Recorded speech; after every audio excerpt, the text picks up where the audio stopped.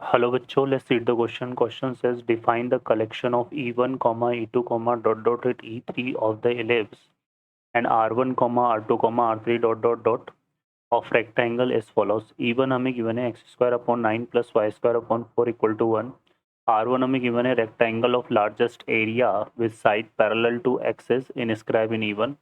En हमें given है ellipse x square upon an square plus y square upon bn square equal to 1 of the largest area inscribe in Rn minus 1 n greater than 1 and Rn given है हमें यहाँ पे rectangle of largest area with side parallel to axis inscribe in En n greater than 1. Then which of the following option is are correct? First question है the eccentricity of E18 and E19 are not equal. The distance of the focus from the center E9 is root 5 by 32.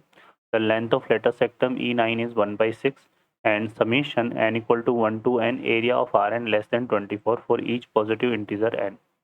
Solve करते हैं बच्चों question को. इस question के लिए जो की कॉन्सेप्ट है वो देख लेते हैं यहाँ से हम. की कॉन्सेप्ट, तो की कॉन्सेप्ट की बात अगर हम करें बच्चों यहाँ पर तो क्या यूज़ करेंगे इसमें. देखिए यहाँ पर हम एक तो यूज़ करेंगे क्या, अगर हम एक क्या गिवन है इक्वेशन ऑफ इलिप्स गिवन है x square upon y a square plus y square upon b square equal to 1. तो इसकी जो एसेंट्रिसिटी का फार्मूला होता है वो होता है under root of 1 minus b square upon a square when a क्या हो ग्रेटर देन बी हो तब ये वाला फॉर्मूला यूज़ करेंगे. एंड यहाँ पर अगर हम एक और बात करें यहाँ पे पैरामेट्रिक कोऑर्डिनेट की बात करें तो इलिप्स के रिगार्डिंग पैरामेट्रिक कोऑर्डिनेट क्या होते हैं बच्चों, A cos theta comma B sine theta. ठीक है, ये हमारे पास होता है. सॉल्व करते हैं क्वेश्चन को. अब इस क्वेश्चन में देखें यहाँ पर एक इलिप्स दिया हुआ है हमें, क्या गिवन है E1 जो कि गिवन है x square upon 9 plus y square upon 4 equal to 1. ठीक है, अब ये जो इलिप्स है ये क्या है, इनस्क्राइब है एक रेक्टेंगल में. ठीक है, rectangle of largest area with side parallel to axis inscribe E1. तो यहाँ पर अगर हम देखो इसको हम बना लें एक बार इसको, तो यहाँ से देखो अगर हम इसको ड्रॉ करते हैं तो ये हमने इलिप्स ड्रॉ कर लिया, ये हमने इलिप्स को ड्रॉ कर लिया था यहाँ पे. ठीक है, अब इस इलिप्स के अंदर क्या ड्रॉ करना है, एक रेक्टेंगल. तो एक रेक्टेंगल हम इसके अंदर ड्रॉ करते हैं इस तरह से.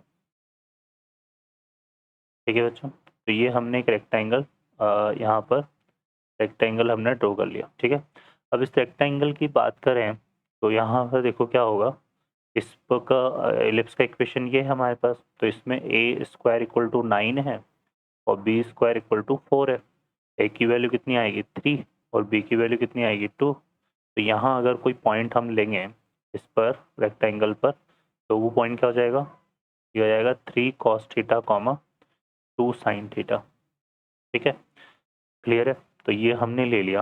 अब हमें क्या बात करनी है यहाँ पर देखो, ये हमने ले लिया. अब यहाँ से हम निकालें area of rectangle, area of rectangle. तो ये कैसा आएगा बच्चों, क्योंकि ये P पॉइंट है और ये यहाँ पर ये रेक्टेंगल है तो ये यहाँ से देखो ये वाले पॉइंट के कोऑर्डिनेट क्या हो जाएंगे, तो ये हो जाएगा 3 कॉस थीटा कॉमा माइनस का 2 साइन थीटा और इसके कोऑर्डिनेट क्या हो जाएंगे माइनस 3 साइन थीटा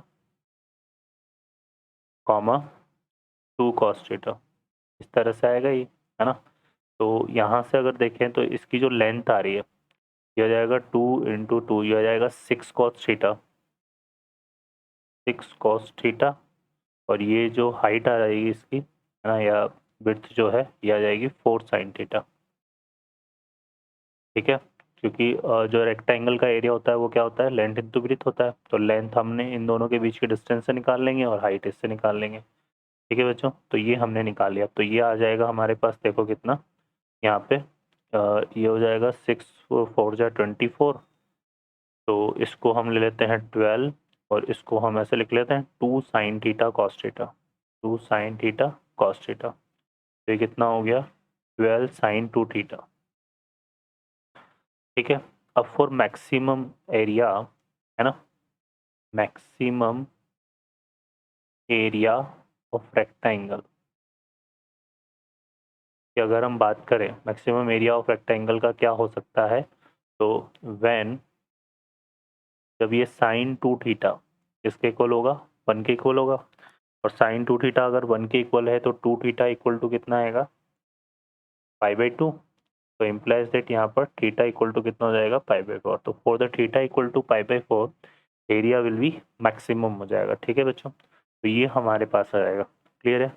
अब इसमें क्या हो रहा है फर्दर, तो इसको अगर हम देखें तो यहाँ से इसी तरह से तो यहाँ पर जो E2 इलिप्स होगा, E2 इलिप्स उसके रिगार्डिंग जो पैरामेट्रिक कोऑर्डिनेट बनेंगे वो बन जाएंगे x इक्वल टू a मतलब 3 हो गया, 3 cos π/4 और y इक्वल टू क्या हो जाएगा, 3 sin π/4 3 नहीं सॉरी 2 sin π/4। ठीक है, तो इसके रिगार्डिंग देखें यहाँ पर, जैसे यहाँ पे 3 cos थीटा 2 sin थीटा बना, तो इससे हमारा जो इलिप्स है वो क्या बनेगा, इससे हमारे पास इलिप्स बन जाएगा x² अपॉन 3/√2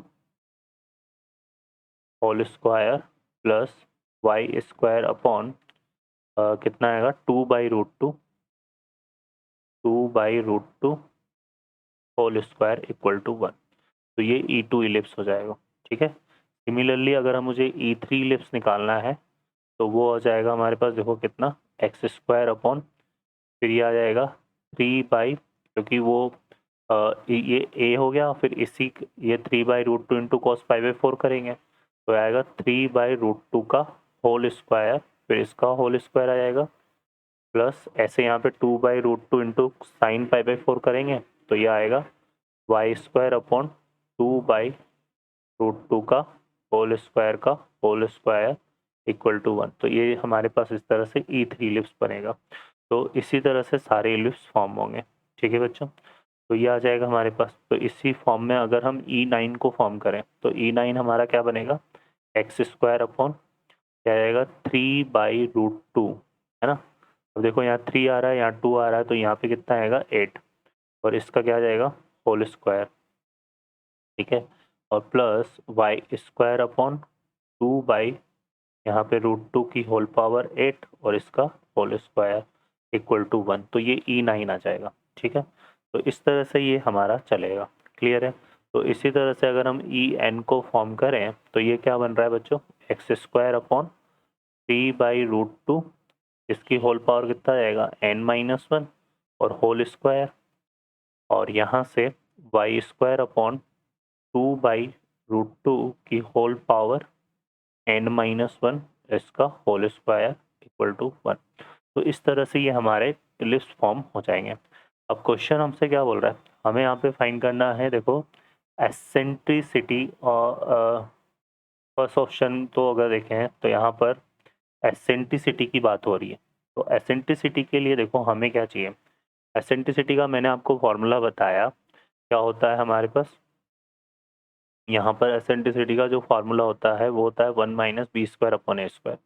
अब इन सबको अगर आप ऑब्जर्व करो तो इसका न्यूमरेटर सेम है और डिनोमिनेटर दोनों का, सॉरी डिनोमिनेटर सबका सेम है। ठीक है, तो यहाँ से अगर हम एसेंट्रिसिटी ऑफ En निकालें, क्या निकाल लेते हैं हम, एसेंट्रिसिटी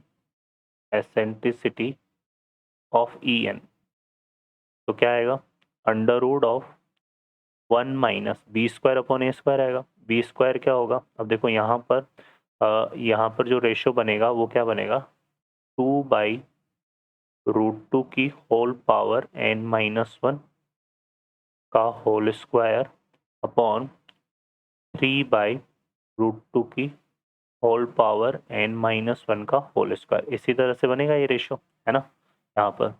तो यहाँ ये चीज़ तो सेम ही आ रही है, कैंसिल हो जाएगा, तो ये इक्वल टू किसके आएगा, और 1 - 2/3, है ना।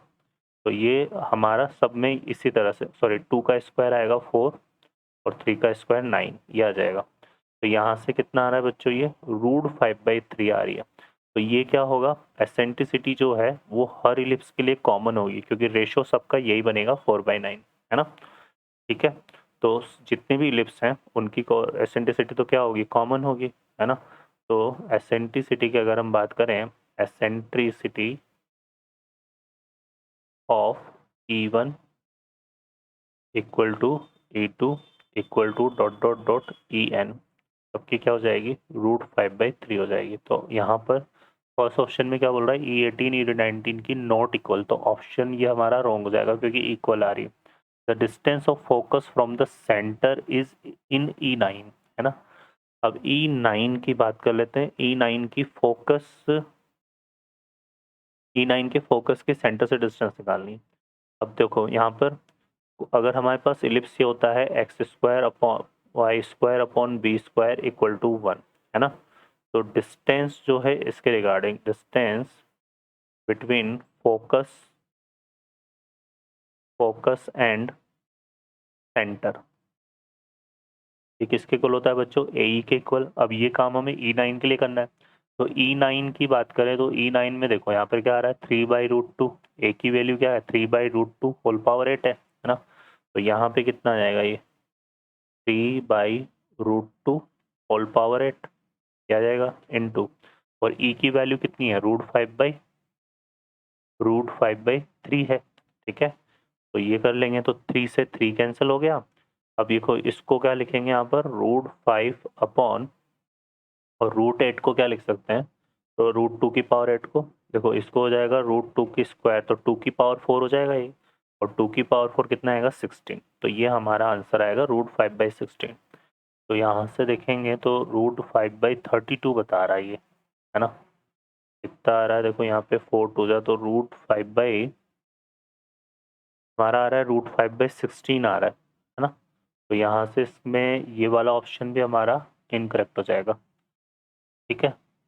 हमें बताना है करेक्ट ऑप्शन। तो नेक्स्ट क्या बात कर रहा है, length of latus rectum of E9, है ना। तो चलो अब हम बात कर लेते हैं यहाँ पर किसकी, length of latus rectum of E9।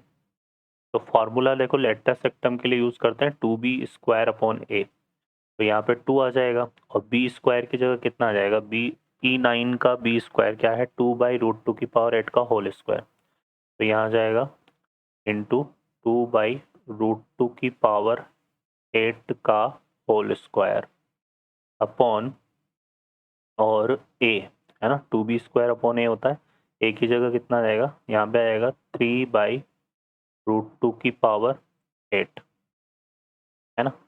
तो 2b² अपॉन a फार्मूला होता है। अब इसको सॉल्व कर लेते हैं यहाँ पर, देखो ये कितना बनेगा हमारे पास, इसको अगर हम सॉल्व करते हैं तो ये हो जाएगा 2, 2 का स्क्वायर कितना हो गया 4, और √2 की पावर 8 को लिख सकते हैं 2 की पावर 4, है ना। तो 2 की पावर 4 का होल स्क्वायर ही आएगा, 2 की पावर 4 का होल स्क्वायर, है ना। और ऐसे यहाँ पर कितना बन रहा है, 3/2 की पावर 4 बन जाएगा ये। तो इस 2 की पावर 4 से ये एक स्क्वायर कैंसिल हो गया, और इसको हम देखें यहाँ से तो ये कितना हो गया बच्चा हमारे पास, देखो ये हो गया 2 इंटू 2 इंटू 2, और 2 की पावर 4 आ रहा है, मतलब ये 2 की पावर 3 बन रहा है, 2 की पावर 3, और ये हो रहा है 2 की पावर 4, इसको इंटू 3 लिख सकते हैं, तो इससे ये कैंसिल हो गया, है ना। तो 2 इंटू 3 बचा, तो ये आएगा 1/6, ठीक है। तो यहाँ पे 1/6 आ रहा है, तो ऑप्शन ये हमारा देखें है, तो ठीक है, सी हमारा मैच कर रहा है। अब आते हैं लास्ट में, ये बोल रहा है n equal to 1 to n area of Rn less than 24, ठीक है। तो Rn लेस देन हमें फाइंड करना है, तो यहाँ से देख लेते हैं। अब देखो यहाँ पे क्या है, समीशन r इक्वल टू क्या था, sorry, n equal to 1 to n, है ना, और area of Rn, area of r, है ना, एरिया ऑफ Rn ये है। तो ये हमारा कैसे डिफाइन होगा बच्चों, इसको अगर हम देखें तो ये आ जाएगा हमारे पास, देखो यहाँ पर क्या, इसका जो एरिया है यहाँ से हमने निकाला था शुरू में, है ना, क्या होगा, ये आ जाएगा हमारे पास 2ab, क्योंकि cos π/4 था ना वहाँ पे। तो यहाँ से देखो थीटा इक्वल टू π/4 लिया था हमने, सॉरी ये हमारे पास क्या आ गया, हाँ यहाँ से थीटा इक्वल टू क्या लिया था हमने 5/4 है ना, तो ये 2 थीटा 5/2 बना था, तो 2 थीटा इक्वल टू यहाँ डालेंगे तो एरिया हमारा कितना आया था 12 आया था, है ना। ठीक है, ये कितना आया था 12, तो इसको हम ले लेते हैं यहाँ पे, ये आ जाएगा 12, या हम इसको एक देखो ए को 3 और बी को रखें तो ये हमारा 2ab बनेगा, है ना, क्योंकि 3 2 जा 6 6 2 जा 12, तो 2ab आ जाएगा। तो मैं इसको ए और बी की फॉर्म में लेकर लिख लेता हूँ, तो ये बनेगा एरिया हमारे पास 2ab, फिर क्या आएगा सेकंड वाले का एरिया आएगा 2/a/√2 इंटू b/√2, इस तरह से बनता चला जाएगा ये, है ना। और फिर प्लस 2 इंटू कितना आएगा a बाई, यहाँ पर a की वैल्यू 3 ले रहे हैं और b की वैल्यू 2 ले रहे हैं, तो ये कितना आएगा a/√2 का होल स्क्वायर, a/√2 का होल स्क्वायर इंटू b/√2 का whole square plus dot dot dot, इस तरह से चलेगा ये। तो इस पूरे में से अगर देखो तो क्या कॉमन आ रहा है, 2ab कॉमन आ रहा है, तो ये कितना हो गया 1, यहाँ बचेगा 2ab कॉमन लेने के बाद 1/2, यहाँ बचेगा 1/2 स्क्वायर, है ना, प्लस डॉट डॉट डॉट, और ये कहाँ तक चलेगा टेंस टू इनफाइनाइट। ठीक है, ये मैंने इनफाइनाइट ले लिया, तो यहाँ पर ये हमारे पास लेस देन वाली बात कर रहा है ना ये, तो ये लेस देन हमारे पास इस तरह से आएगा। ठीक है, यहाँ तो अप टू n टर्म्स ले लेते हैं, बट हमने n टेंस टू क्या कर दिया इनफाइनाइट, तो लेस देन ये आ जाएगा। क्लियर है, अब इसको सॉल्व कर लेते हैं यहाँ से, तो ये देखो a की वैल्यू तो ये तो कितनी आ जाएगी 2 3 जा 6 6 2 जा 12, ये 12 हो गया, और ये sum of infinite terms of GP है जो कितना आएगा a/1 माइनस आर होता है, तो 1/1 माइनस 1/2 आ जाएगा। ठीक है बच्चों, तो ये हमारा यहाँ पर ये बनेगा, तो ये कितना आ गया लेस देन 12, और इसको सॉल्व करेंगे तो 1/2 इंटू 2, तो ये 12 इंटू 2 बन रहा है, तो कितना आ गया ये 24। ठीक है, तो ये हमारा मैच कर रहा है, तो यहाँ से आ जाएगा हमारे पास, देखो इसमें डी ऑप्शन भी करेक्ट हो जाएगा, तो हमारे करेक्ट आंसर सी और डी होंगे। ओके बच्चों, I hope you understand well, best of luck, thank you.